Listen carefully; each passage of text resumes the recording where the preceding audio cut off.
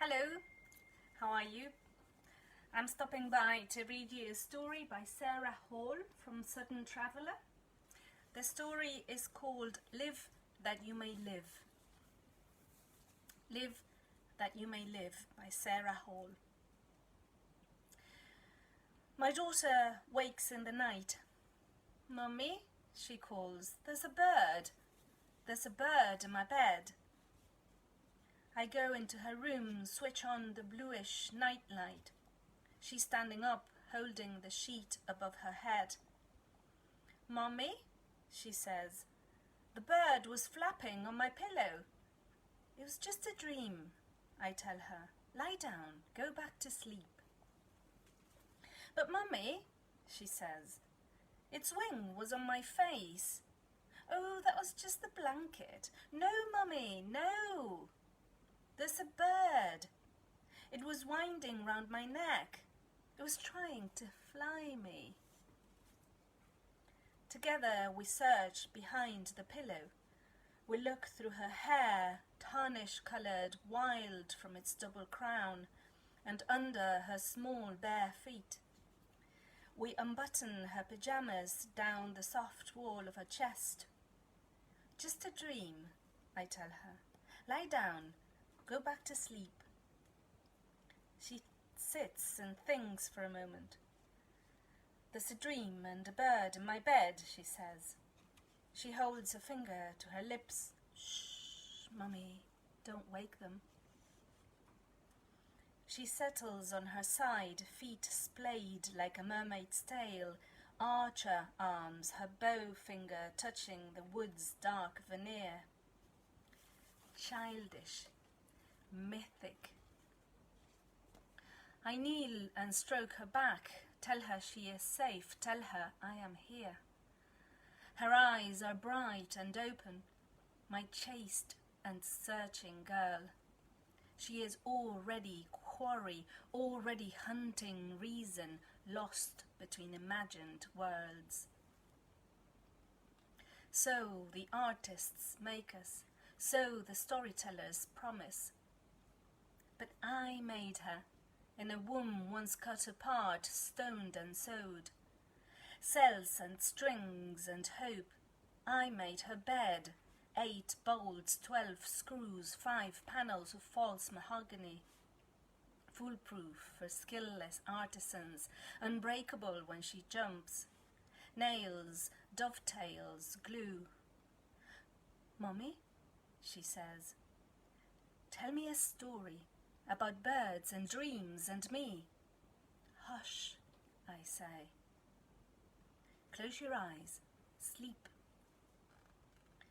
Tell me a story, Mummy, but only say what's true. The flicker of her old gold lashes, a twitching foot, the rustling sheet. Then she is still and quiet. What shall I say? Once there was a girl. One night when she was sleeping, birds came to take her. They were creatures of extraordinary plumage, white as fire, with beads of blood for eyes and long necks that wound around each other. They came as if from nowhere, on creaking, muscled wings, calling out across the skies until they found her. They lifted her bed upon their shoulders, bore it like a carriage from the house, and flew her up into the sky. They flew her far from home. All through the night her bed was towed, up over the little island and the great cool roof of Europe, over lands of men and commerce where wars raged, over lands of women who wept and loved without hesitation, over the smoke of poor villages and smouldering cities, valleys of wild red flowers, the longing sea. They flew her along the withers of black mountains and down mirrored rivers, through great falling doorways of water, past empty palaces and earth-filled fountains, stone salons of fate and time. They flew her past the undecided moon. She did not know where they would take her. When they arced down, their wings beat sheets of cloud, their beaks tore the shroud of night and let the sunlight enter. They came to ground on black webbed feet, the hot engines of their breasts cooling, landing the girl in places she could never have imagined. In raised and ropeless towers, shadowlands, broken reefs and windless deserts. In scented gardens and forcing houses, the lair of dragons, witches' caves. They set her gently into stiff schoolgirl shoes, green silk gowns and glass-etched heels loaned from other women's wardrobes. They landed her into soldiers' boots and baskets of fish carried by grandmothers, into beauty, secrets and knowledge. Into the theatre of desire, where she saw the art of painted faces, lust's brokerage holding fire inside the mouth and hand, into the arms of unhearted men and sick and ardent suitors, into the poet's hand, into love's abandoned chances. They took her to the place where queens are made. From murderous ends, from iron tides, sacrifice, fury, tinder, powder, destructed elements, no materials known to man. The bird's feathers burned pale as fire. Her little bed was gone. The birds left her there. They raised their wings, lifted their heavy bodies in the air, and, red-eyed, calling to each other, they flew on. She called for her mother to come. She waited hours, days. She split her heart open and held it like two bowls to catch her tears. She drank the rain, she ate the snow, she watched the stars spin overhead, coveted as jewels, ruthless as choices. Then she lay down, curled warm inside her suffering. When she woke, she tried to find her way back home. She walked, she ran, she rode the rumps of bony cows and breaching whales. She wove shoes from bark and wicker. She stole saucepans, coats and candles. She sold her hair to pay for bread. She followed the red throne of the setting sun. On the way, she slept in other beds. Beds left empty, beds full of water, beds made of timber, bone and silver, beds carved from the forest's heart, hardwood that ballasted slaves, that glossed the emperor's table, built fortune's ports, drew coins slowly through its sap.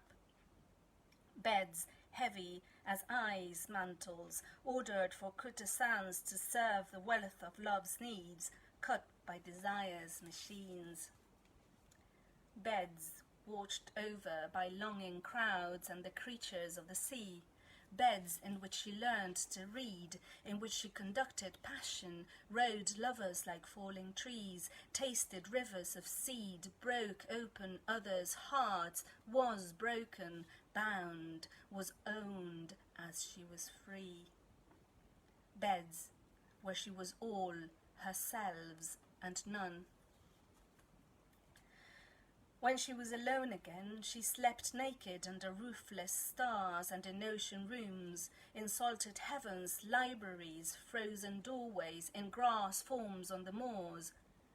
She slept between the blue, spilled hearts of lakes, and on the great hot breasts of resting swans, inside the belly of monsters, the very eye of the moon. She saw light emptying and filling in the called-out skies. She remembered flying. She looked for the birds, but they were gone. She walked. She ran. She joined the herds. She swam with shoals. She caught eels and quartered them. She drank wine and milk and milkless pauper's tea. She learned to count money, learned to speak in tongues. She painted mountains, mended torn hems and nets, thatched, mapped waterways. She left suitcases on the road. She forged papers. She crossed borders and crossed borders and crossed borders, hoping to find where she was going. She took the name of saints, hope, sorrow, ruin, all her names, chosen every one. She took titles, husbands, brides, collected rings, memories of peat and silt and hurt, carried lanterns, stone boats, blessings, coffins. She burned everything, forgot the names of enemies, forgot the name of her mother. She drew no face in the river. She believed only in living, believed in every breath except the last. She did not find her home, though she had tirelessly travelled. She knew that she was made of roads. She knew moving was her spirit. And so she lay in one last bed, unbreakable as death, and closed her eyes, and in her hand, plucked from the ashes, she held a feather. "Mummy," my daughter whispers, "tell me." But she is already sleeping.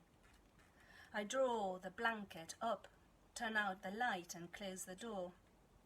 She is another story, not this story, not the archer or the mermaid's foot, the queen or consul's wife, mistress, maker of peace or moons, mother of children, siren, widow, sign. She is not mine.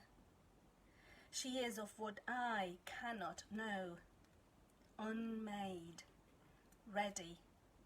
The birds are coming.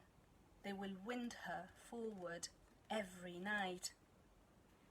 I will be old and wakeful, my body too weak to build anything, mother to the daughter of time. They are coming on white, definite wings. That was Live That You May Live by Sarah Hall from Southern Traveller. This very beautiful book with this image by Egan Schiele on the cover. Thank you so much for listening, and see you next time.